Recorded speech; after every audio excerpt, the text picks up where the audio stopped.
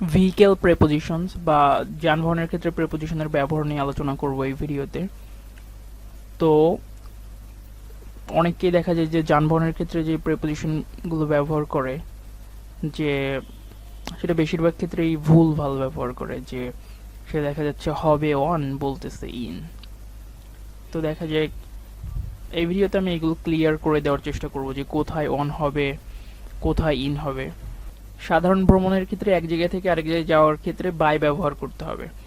আমরা যেই মাধ্যমেই ভ্রমণ করি না কেন, যেরকম আমরা সমুদ্র পথে ভ্রমণ করতে পারি, রাস্তা দিয়ে ভ্রমণ করতে পারি, অথবা আকাশ পথে ভ্রমণ করতে পারি।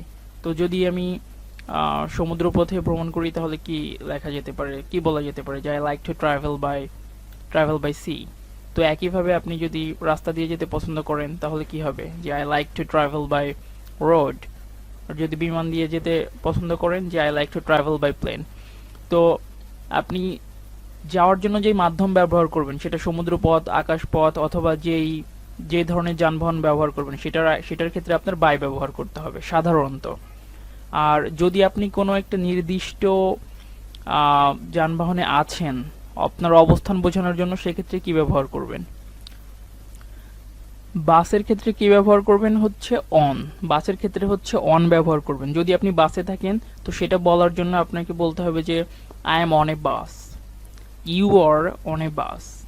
ওকে, not in a bus, in হবে না কিন্তু, on, you are on a bus. যেসব যানবাহনে উঠে উঠে দাঁড়িয়ে হাঁটাচলা করা যায় সেই সব যানবাহনের ক্ষেত্রে হচ্ছে অন হবে। আর যেগুলোতে হাঁটাচলা করা যায় না, উঠে আপনি, যেরকম আপনি হয়তো প্রাইভেট কারে আপনি উঠে দাঁড়াতে পারছেন না কারণ এটার হাইট কম, তাই তো। তো যেগুলোতে হাঁটাচলা করা যায় না সেগুলোতে হচ্ছে ইন হবে, সেই সব যানবাহনের ক্ষেত্রে ইন হবে। আর যেগুলোতে হাঁটাচলা করা যায় সেগুলোর ক্ষেত্রে হচ্ছে অন হবে।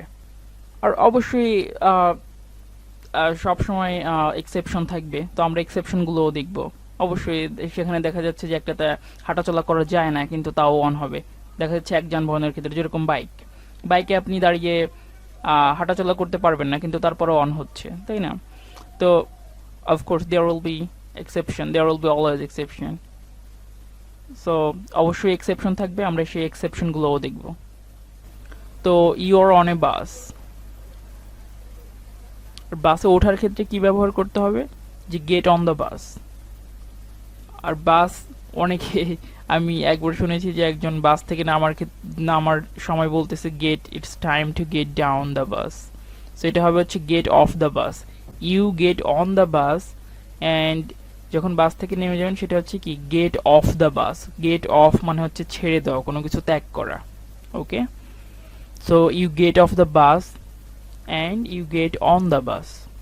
ওকে, আর বাসে থাকলে ইউর অন দ্য বাস। তো একইভাবে বিমানের ক্ষেত্রে কি হবে, প্লেনের ক্ষেত্রে ইউর অন এ প্লেন। ওকে, শিপের ক্ষেত্রেও একই, ইউর অন এ শিপ, শিপের ক্ষেত্রে ইউর অন এ শিপ। আর ট্রেনের ক্ষেত্রে কি হবে, your on A train, your on the train, your on A train. বোটের ক্ষেত্রে কি হবে, এটা একটু চিন্তা করে আমাকে কমেন্টে জানান যে বোটের ক্ষেত্রে কি হবে। বোটের ক্ষেত্রে কি হবে, কি মনে হয়, অন নাকি ইন? এবার আসি ইন হবে কোন কোন যানবাহনের ক্ষেত্রে। গাড়ির ক্ষেত্রে, যেটা কার, প্রাইভেট কার অথবা ট্যাক্সি, এগুলোর ক্ষেত্রে হচ্ছে ইন হবে। যেগুলোতে বসে কি উঠে দাঁড়ানো, দাঁড়িয়ে চলাফেরা করা যায় না।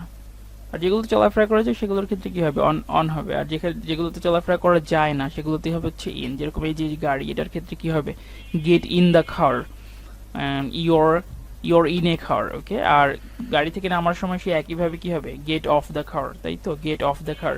যেরকমটা বাসে বলেছিলাম, বাসের ক্ষেত্রে যে get off the, you get off the bus.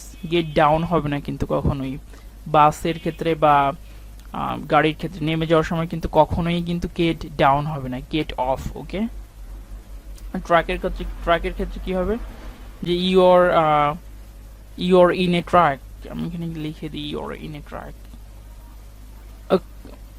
Okay, taxi এবং ট্রাকের ক্ষেত্রে কি হবে, ইন হবে, you're in a truck, you're in a taxi. Okay, এবার আসি বাইসাইকেলের ক্ষেত্রে বাইসাইকেল অথবা বাইকের ক্ষেত্রে হবে হচ্ছে on, you are on a bicycle, your on a bike. এটা নিয়ম নিয়ে চিন্তা ভাবনা না করলেই হবে, এগুলো ব্যবহার করতে করতে অভ্যস্ত হয়ে যাবেন, তখন কোথায় অন হবে কোথায় ইন হবে এটা নিয়ে আর চিন্তা করতে হবে না যে আমি বলার সময় কি বলবো, ইন নাকি অন। ওইসব রুল যদি আপনি মনে করেন মুখস্থ করেন যে হ্যাঁ আমি এইটাতে হাঁটাচলা করতে পারি, তো এটাতে অন হবে, ওইটাতে ইন হবে, এগুলো ইংরেজি বলতে বলতে আপনি অভ্যস্ত হয়ে যাবেন, তখন আর ওই রুল নিয়ে চিন্তা করতে হবে না, রুল ছাড়াই বলতে পারবেন। আর রুল ছাড়াই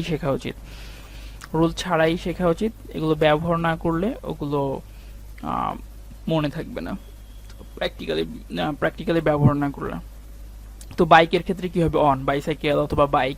আর এই যে স্কেটবোর্ড, নিচে যে the girl is riding the skateboard, তো she is on the skateboard, তাই তো। তো এই হচ্ছে ভেহিক্যাল প্রেপোজিশন। আপনি যদি অন্য কোনো টপিক নিয়ে জানতে চান তো সেটা আমাকে নিচে জানাতে পারেন।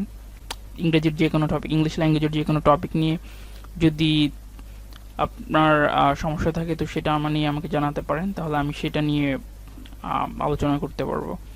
তো ভেহিক্যাল প্রপোজিশন এ পর্যন্ত এখানেই শেষ। এর অন্য কোনো ভেহিক্যালের ক্ষেত্রে কি হবে, কোনো কনফিউশন থাকলে, if you have any question or anything you want to know about preposition, let me know in the comment below, and I'll see you in the next class.